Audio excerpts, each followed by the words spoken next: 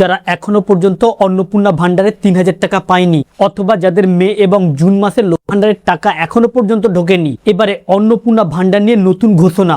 যদি আপনি জুন মাসে অন্নপূর্ণা ভান্ডারে ৩,০০০ টাকা পেতে ইচ্ছুক হয়ে থাকেন অথবা লক্ষ্মীর ভান্ডারে যে টাকাটি বাকি রয়েছে সেটি পেতে ইচ্ছুক হয়ে থাকেন, তাহলে আজকের আপডেটটি জানা আপনার জন্য অত্যন্ত জরুরি। অতি স্বল্পক্ষণের ভিডিও, মোটো স্কিপ না করে শেষ পর্যন্ত দেখবেন। আলোচনা শুরু করার পূর্বে আপনাদের কাছে একটা রিকোয়েস্ট, ভিডিওটিকে অবশ্যই একটি লাইক করে জনতাতে প্রচুর শেয়ার করবেন, কারণ আপনার একটা শেয়ার দ্বারা অন্যজনের জানতে অনেকটাই সুবিধা হবে। চলুন দেখে নেওয়া যাক বিস্তারিত। তো ফ্রেন্ডস, মুখ্যমন্ত্রী শুভেন্দু অধিকারী জানিয়েছিলেন যে জুন মাসের প্রথম তারিখ থেকেই অন্নপূর্ণা ভান্ডারে ৩,০০০ টাকা ঢুকবে। তবে এ মাসে এমন বহু সংখ্যক মহিলা রয়েছে যাদের অ্যাকাউন্টে ৩,০০০ টাকা ক্রেডিট হয়েছে, অথবা এমন অনেক মানুষ রয়েছে যারা মে মাসের টাকা পেয়েছিল না, এই জুন মাসেই টাকা পেয়ে গিয়েছে। তবে এখনো এমন অনেক সংখ্যক মহিলা যাদের অন্নপূর্ণা ভান্ডারের টাকা, যাদের অন্নপূর্ণা ভান্ডারের ৩,০০০ টাকা এখনো পর্যন্ত ক্রেডিট হয়নি।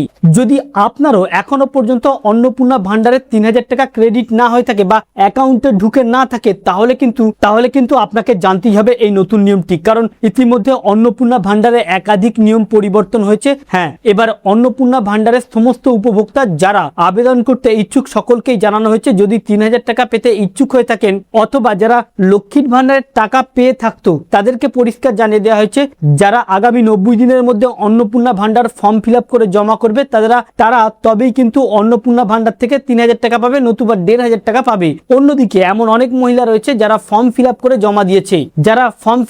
জমা দিয়েছে, তাদেরও কিন্তু অনেকেরই অ্যাকাউন্টে ঢুকতে শুরু করে দিয়েছে। তবে যদি আপনিও এই ৩,০০০ টাকা পেতে ইচ্ছুক হয়ে থাকেন, অতি দ্রুত আপনাকে অন্নপূর্ণা ভান্ডারের ফর্মটি ফিল করতে হবে। তবে ফর্ম ফিল করতে গেলে কিন্তু আপনার আধার কার্ডের সঙ্গে মোবাইল নাম্বার লিঙ্ক থাকতে হবে, ব্যাংকের সঙ্গে ডিবিডি লিঙ্ক থাকতে হবে। এছাড়াও রেশন কার্ডে পারিবারিক আইডিটা কিন্তু লাগবে।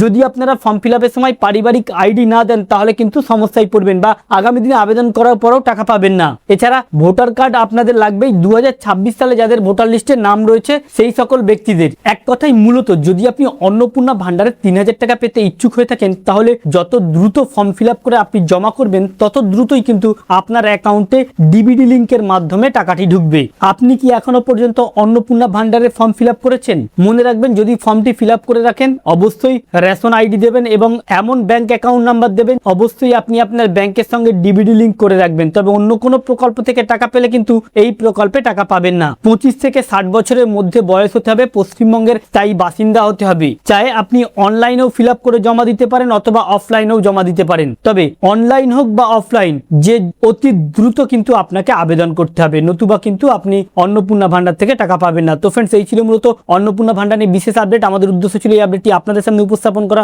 যাতে আপনারা জানতে সুবিধা হয়ে থাকে। ভালো লেগে থাকলে ভিডিওটিকে অবশ্যই লাইক করে শেয়ার করবেন। Thank you friends, thank you for watching.